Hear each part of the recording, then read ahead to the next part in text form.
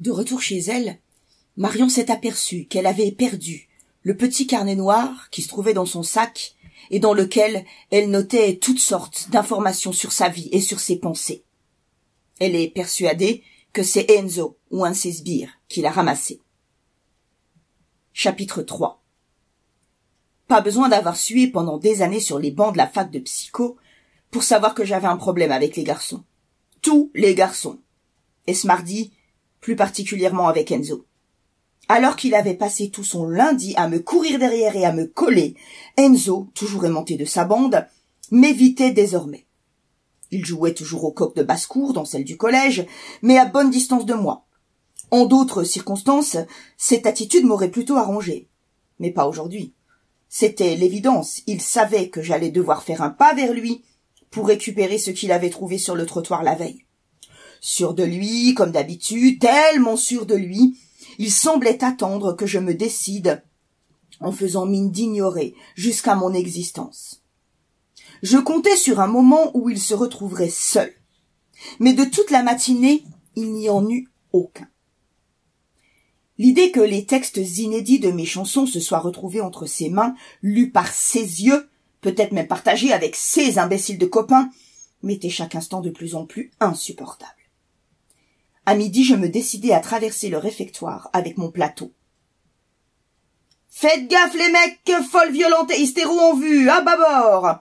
a fait Mounir en me voyant me planter devant la table où Enzo, en souverain, présidait le repas entouré de ses ministres et conseillers de pacotille.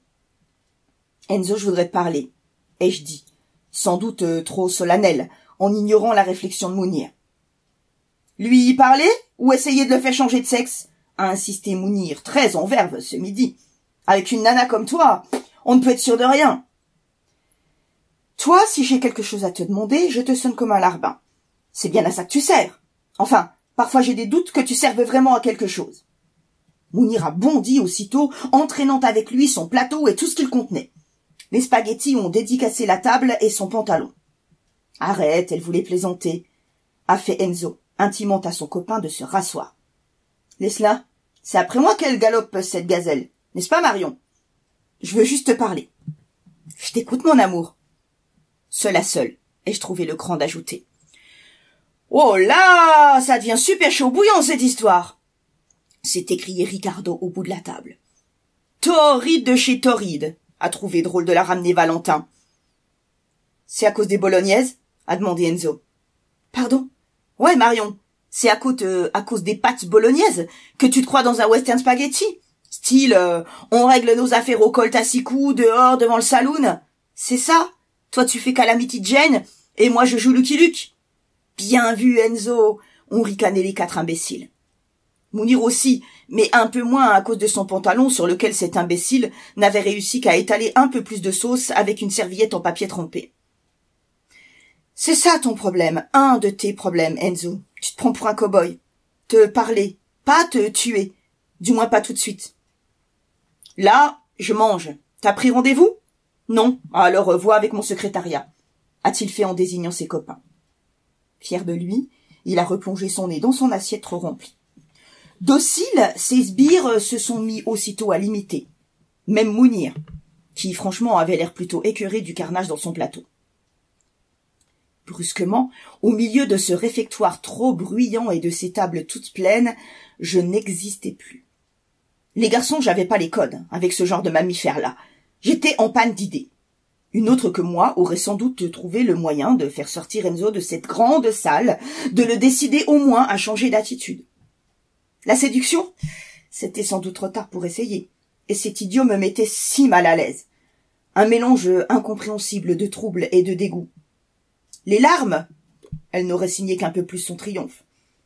J'allais repartir perdante lorsqu'Enzo a sorti son portable de sa poche pour consulter un message qui venait de lui arriver. Je n'ai pas réfléchi plus longtemps, j'ai contourné la table, posé mon plateau au bout, en face de Ricardo, à la seule place libre qui restait, et je me suis assise, à leur grand étonnement à tous les 5. J'ai fait mine de m'intéresser à un repas dont je n'avais que faire, en tripatouillant du bout de ma fourchette, dans une assiette de concombre à la crème qui n'aurait inspiré personne. J'attendais qu'Enzo repose son iPhone à côté de son plateau. et au moment opportun, j'ai bondi dessus. Aussitôt armé de l'appareil, j'ai plongé ma main dans le broc d'eau. Je le lâche immédiatement dans la flotte. Si tu ne sors pas tout de suite dehors pour qu'on parle, c'est que ça doit coûter un bras, je joue pareil. Dis un bras, parce que un cerveau, c'est pas dit que tu en sois doté. Marion, tu joues ta vie, là. Tu sais que tu joues avec ta vie. Eh bien, tu vois, Enzo, pour une fois, on est exactement sur la même longueur d'onde, toi et moi. Mais peut-être que t'as un portable amphibie. Ma main est descendue de quelques centimètres dans le récipient. L'extrémité du téléphone caressait l'eau. Immédiatement. Tu sors et je te rejoins. Elle a pété un câble, hein, ou alors elle est folle de toi, a essayé de ricaner Valentin. T'allonges ta facture avec moi, Marion. Ça va devenir exorbitant. Je ne suis pas sûre que tu aies les moyens. Occupe-toi plutôt d'avoir les moyens de te payer un autre téléphone si tu ne bouges pas tes fesses de cette chaise tout de suite. Les 4 autres attendaient un signe du chef pour intervenir. Aux tables voisines, des fourchettes s'étaient arrêtées de racler dans les assiettes et des discussions s'étaient interrompues pour considérer mon étrange manège. On hésitait entre taquinerie d'élèves et règlement de compte crucial. Les distractions étaient si rares ici. Sans un mot, tout doucement, Enzo a déroulé sa grande carcasse et s'est enfin levé de la table. Abandonnant son plateau, il s'est dirigé vers la porte de sortie. J'ai attendu qu'il soit dehors pour le suivre. J'avais sans doute l'air totalement ridicule, en tenant ce broc aux 3/4 vide dans une main, le téléphone dans l'autre. « C'est à cause d'hier, tout ce cinéma ?» il a demandé. Je voyais bien qu'il tentait de garder un peu de sa superbe, mais sans son public, le ton n'était déjà plus exactement le même. Plus doux, plus normal. J'ai ressorti l'appareil du récipient et je le lui ai tendu sans un mot. Les voleurs qui volent les voleurs, les meurtriers qui tuent les assassins, très peu pour moi. Il s'est empressé de ranger son bijou de technologie dans sa poche, après avoir vérifié son bon fonctionnement. « Tu veux quoi, là? T'excuser pour hier? Dépêche-toi, je suis pressé. » M'excuser de m'être fait voler et vider mon sac. Non, tu veux rire? Tu as ramassé quelque chose auquel je tiens plus que tout et qui m'appartient. Je veux que tu me le rendes, c'est tout. Il a hésité un instant. Il avait récupéré son bien, il pouvait me planter là et retourner à ses pattes tièdes et à sa bande de frimes. Ce carnet noir, il ne regarde que moi, personne d'autre. Ai-je fait, sans doute trop fort et trop désespéré. Je constatai un peu tard qu'Enzo goûtait ma panique avec plaisir. Oui, peut-être. Non, Enzo, ça ne se discute pas. Je t'en prie, c'est important pour moi, très important. Il est chez moi. Tu penses bien que je me suis pas ramené avec ton machin aujourd'hui. Mon machin. Oui, enfin, ton carnet noir, si tu préfères. Ce soir, je t'accompagne jusque chez toi et tu me le rends. Pas possible. J'ai basket et j'y vais directement après les cours. Et mon entraînement ne finit pas avant 21h. T'as pas de bol. Demain, les profs ont une journée pédago-machin. Jeudi? Tu peux attendre jeudi. Je le sentais. Il goûtait ma déception et s'amusait sans doute de moi. Un chat et une souris. Il allait me laisser là, comme une pauvre gourde qui lui avait rendu son portable trop vite et trop honnêtement. En même temps, son ton était plus tranquille, plus posé, franchement plus attentif. Le mien beaucoup moins. Je dois reconnaître qu'Enzo, sans sa cour, pouvait être beaucoup plus normal, presque craquant. Ne pas m'y fier. Je ne veux pas attendre jeudi. Tu te débrouilles. D'une main, je venais de saisir son avant-bras pour m'accrocher à son sweat. Dans l'autre, la carafe d'eau continuait à m'encombrer. Sinon, j'ai détesté la grimace tordue qui a fait remonter les encoignures de ses lèvres. Sinon, il fallait bluffer avec un pareil animal, essayer de l'atteindre par les sentiments, où la pitié ne menait à rien. Sinon, tu finis ton année à l'hosto, tu m'as bien entendu. Ce ne sont pas juste des mots pour parler, Enzo. Pas une menace en l'air. Si je n'étais pas si sûre de moi, tu penses bien que je ne t'aurais pas rendu aussi rapidement ton iPhone. Je n'ai pas compris ce qui s'est passé à ce moment-là. Enzo aurait très bien pu détacher violemment ma main, qui l'agrippait toujours, et m'abandonner à mes suppliques de pleureuse. Éclater de rire de cette menace assez lamentable, prendre à témoin quelques élèves qui traînaient dans le coin. Tout cela, c'était dans sa palette. Au contraire, avec une délicatesse que je ne lui connaissais pas. Il a saisi le broc d'eau qu'il a posé sur une poubelle à la sortie du réfectoire et m'a doucement entraîné plus loin, hors d'atteinte des élèves qui sortaient de table et lambinaient pour mieux nous épier. « Marion, je suis pas l'ordure que tu imagines. Je suis désolée de mon attitude d'hier, tu sais, vraiment désolée. J'ai fait preuve d'une maladresse pas croyable. Je ne l'ai compris qu'hier soir, tout comme j'ai compris à quel point ces pages comptent pour toi. Et je suis pas si naze que tu penses. Essayez de ne pas m'y fier. Tu l'as lu. Tu as lu ce qu'il contenait, ai-je fait, horrifié. Qu'est-ce que j'imaginais? Un garçon comme lui ne pouvait avoir résisté à une pareille aubaine. Demain après-midi, au Square Baker, à 15h, je te rendrai ce que je ne t'ai jamais volé. Tu sais, Marion, j'aimerais sincèrement que tu acceptes mes excuses pour hier. C'est important pour moi, tellement important. Suis sérieux. Tu n'as jamais rien compris de mon intérêt pour toi. Non, intérêt, c'est pas le bon mot. Toi, tu les as, les mots. Je le savais. J'en ai eu la confirmation dans tes pages. Moi, les mots, je rame tellement pour les choper. Tu l'as lu. C'est tout ce que j'étais capable de répéter bêtement. Oui, Marion, en partie. Et du peu que j'ai lu, je peux te dire que j'ai trouvé cela très fort. En même temps, je viens de te le dire, ça ne m'étonne pas qu'une fille comme toi ait ce talent.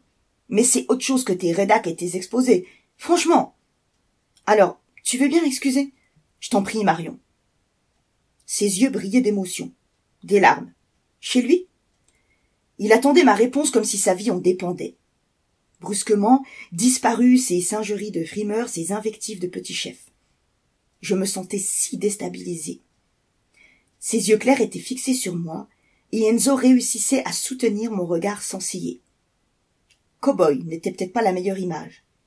J'ai rougi, j'ai senti que je rougissais, émue du compliment et de cette brusque et si inattendue proximité entre nous. Voilà qu'une étrange émotion me submergeait.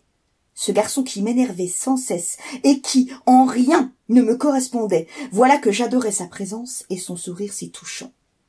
Peut-être à cause du compliment, sans doute parce qu'il détenait mon précieux carnet, probablement parce qu'il avait lu non seulement mes chansons et mes poèmes, mais aussi ceux que j'avais écrits sur mes séances de pause devant la glace de la salle de bain, sur la taille de mes trop petits seins, le galbe de mes trop grosses fesses, sur mon nez trop long, mes sourcils trop fournis, ma peur de ne pas plaire, de ne jamais rencontrer un garçon qui m'aime, sur ma terreur encore plus gigantesque d'être plaquée et d'avoir mal, aussi mal que maman. De tout ce que j'avais confié à ces pages, au sujet de ma mère, justement, et de ces quêtes maladroites d'amoureux qui ressemblaient à tout, sauf à un exemple pour sa fille, pour qu'elle réussisse à s'adresser simplement au garçon. Ma vie était pleine de trop, de pas, de moins et de plus. Une ribambelle de monosyllabes invariables, aussi lourdes à porter que faciles à aligner. Enzo avait lu tout cela, et ne s'en moquait pas. Alors oui, me fier à lui. Et aussi parce que son ton et son attitude avaient si radicalement changé en quelques minutes. Voilà que le goût amer de son baiser volé et dégoûtant hier soir m'apparaissait plus sucré, tout à coup, plus délectable. Marion, je n'avais pas ressenti un tel trouble depuis... Je n'avais jamais ressenti un tel trouble, et je crois qu'il a dû répéter sa question 2 fois avant que je daigne lui répondre. Demain, 15h, Square Baker. Ça te va, Marion? Mais je t'en supplie, je te demande pas la lune, mais au moins de changer d'avis à mon égard. Oui, ai-je laissé échapper au bout d'un moment, toujours sur mon nuage. C'était un oui autant pour le rendez-vous que pour le reste. En face de la fontaine Wallace, tu vois où c'est? Oui. J'ai balbutié totalement sous hypnose. Il a souri. Dieu que ce sourire était craquant, sans doute conscient de l'état dans lequel il me plongeait. Pour signifier que notre conversation était terminée, il a posé délicatement sa main sur mon avant-bras. Quelques secondes. Aurait-il branché une prise électrique sur ma peau, le frisson qui m'a parcouru n'aurait pas été plus intense. J'ai adoré. Moi qui avais refusé qu'il me touche hier, voilà que je succombais.